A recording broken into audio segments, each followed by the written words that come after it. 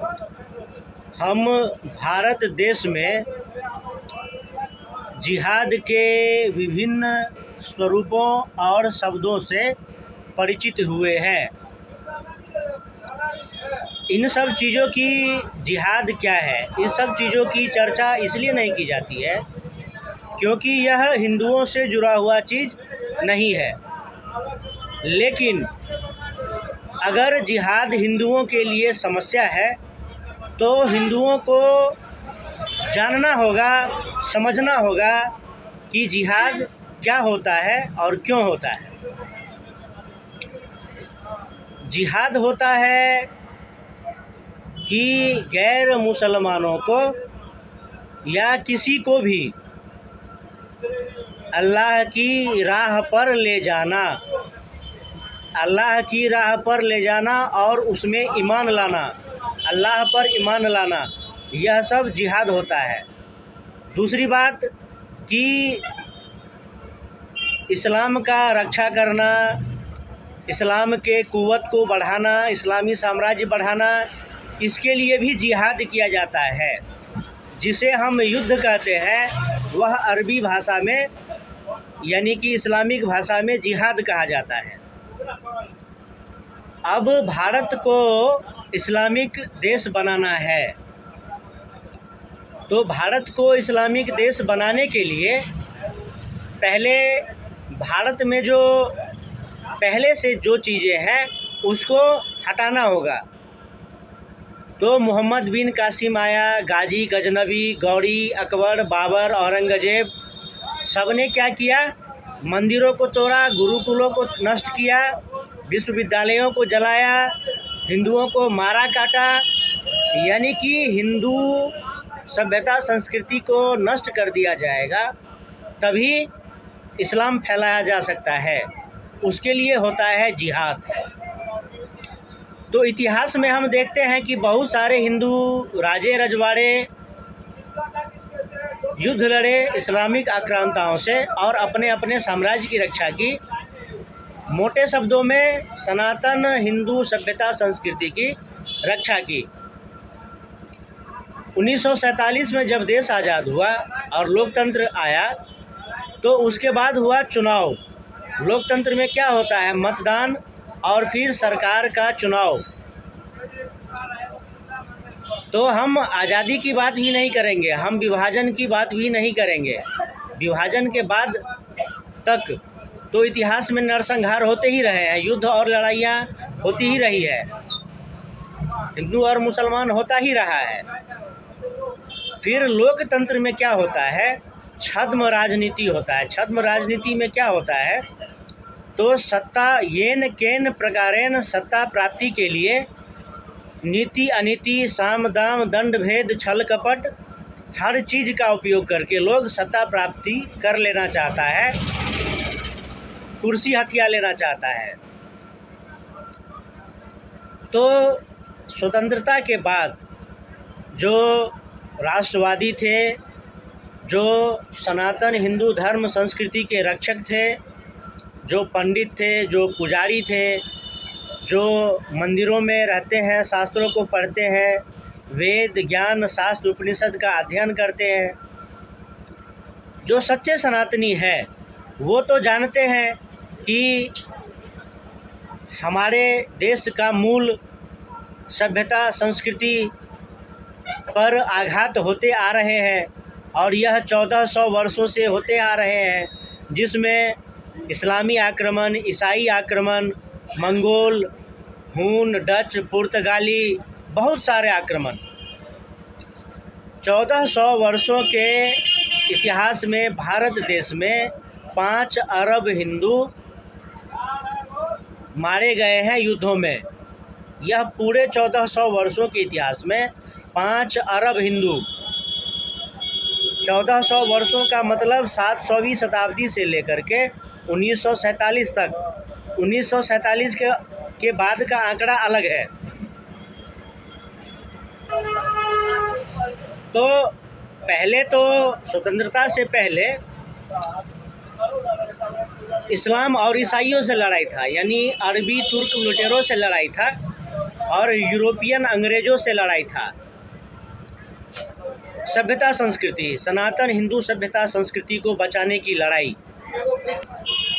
1947 से पहले सनातन हिंदू सभ्यता संस्कृति को बचाने की लड़ाई इस्लाम और ईसाइयों से हो रहा था। फिर 1947 के बाद सनातन हिंदू सभ्यता संस्कृति को बचाने के लिए लड़ाई हो रहा था किससे? इस्लाम, ईसाई, वामपंथ, कांग्रेस और उसके सहयोगी दलों, यानी कि अभी जिसको हम महागठबंधन कहते हैं, इससे सनातन हिंदू सभ्यता संस्कृति को बचाने की लड़ाई हिंदुओं की आज भी चल रही है। तो आज जो हिंदुओं का मूल शत्रु है वह है इस्लाम, ईसाई, वामपंथ, कांग्रेस और कांग्रेस के सहयोगी दल, जो इस्लामिक आतंकवाद और जिहाद को खुलेआम बढ़ावा देता है। जब तक वह सरकार में थे तब तक सरकारी खजाने को उन्होंने जिहादी आतंकवादियों के लिए खोल रखा था। और ईसाइयों के 100 देश है, इस्लाम का भी 60 देश है, लेकिन हिंदुओं का एक भी देश नहीं है। तो समस्या क्या है? समस्या तो जैसे कि जिहाद, तो अभी आप इस लोकतंत्र में, अब क्या लोकतंत्र में क्या हो गया है, तो डायरेक्ट युद्ध नहीं होता है। राजे रजवाड़े लड़ते थे, अब राजे रजवाड़े नहीं लड़ते हैं, अब भीड़ लड़ता है। मोब अटैक होता है। मोब अटैक क्या होता है? जैसे आप दिल्ली में दंगा में देखें, महाराष्ट्र में दंगा में देखें, आसाम दंगा हो, बंगाल दंगा हो, राजस्थान दंगा हो, केरल दंगा हो, बिहार दंगा हो, पूरे देश में दंगा हो, तो उसका स्वरूप बदला है। अब जो भारत में इस्लामिक साम्राज्यवाद फैल रहा है, ईसाई साम्राज्यवाद फैल रहा है, तो इस्लामिक साम्राज्यवाद फैल रहा है Waqf board, Muslim personal law board, Jamia Millia, उसके बाद जमात, जकात और दुनिया भर के इस्लामिक संगठन जो भारत में चंदा देता है और अनेकों तरह से, अनेकों प्रकार से यहाँ जिहादी आतंकवादियों को समर्थन देता है। और ईसाई साम्राज्यवाद कैसे फैल रहा है? तो मिशनरीज़ के माध्यम से इतने सारे चर्च बन रहे हैं और मंदिरों में जो धन इकट्ठा होता है चढ़ावे के रूप में, वह सब बांट दिया जाता है मुसलमानों और ईसाइयों के बीच में। तो आपने सुना होगा कि ज़मीन जिहाद क्या है, शिक्षा जिहाद क्या है, ज़मीन जिहाद, शिक्षा जिहाद, लव जिहाद, बहुत प्रकार। तो यानी कि अब क्या हो गया है, तो अब इस्लामिक साम्राज्यवाद को फैलाने के लिए शिक्षा के माध्यम से, कि किताबों में ऐसी कहानियाँ गढ़ी जाए कि मुग़लों को महान दिखाया जाए और राजपूतों को वहाँ पर छोटा दिखाया जाए, इस प्रकार के कहानी और पात्र गढ़े जाए।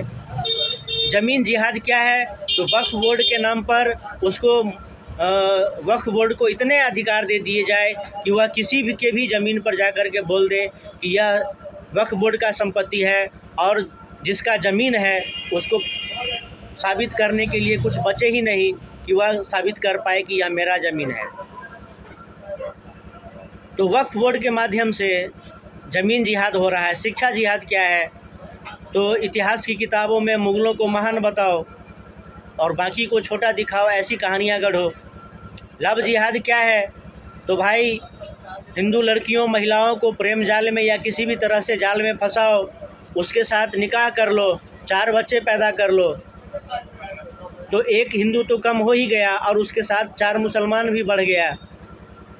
तो विभिन्न प्रकार के जिहाद हो रहे हैं। तो इसके रोकथाम के लिए ना कोई कानून है, ना कोई व्यवस्था है।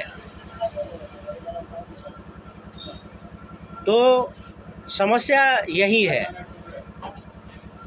कि अब डायरेक्ट युद्ध नहीं हो रहा है, अब छद्म युद्ध हो रहा है। भारतीय सनातन सभ्यता, हिंदू संस्कृति को बर्बाद करने का, नष्ट करने का। कानून कौन बनाएगा? शासन बनाएगा। जनता ने बीजेपी को वोट दिया है, शासन सत्ता दिया है, तो बीजेपी को ऐसे कानून बनाने चाहिए, जो फालतू नियम कानून है उसको ख़त्म करो, जो फालतू का आयोग है उसको ख़त्म करो। हिंदू और हिंदुस्तान एक, भारत हिंदुओं का है। भारत में वैदिक सभ्यता संस्कृति होनी चाहिए, न कि इस्लामी और ईसाई सभ्यता संस्कृति होनी चाहिए।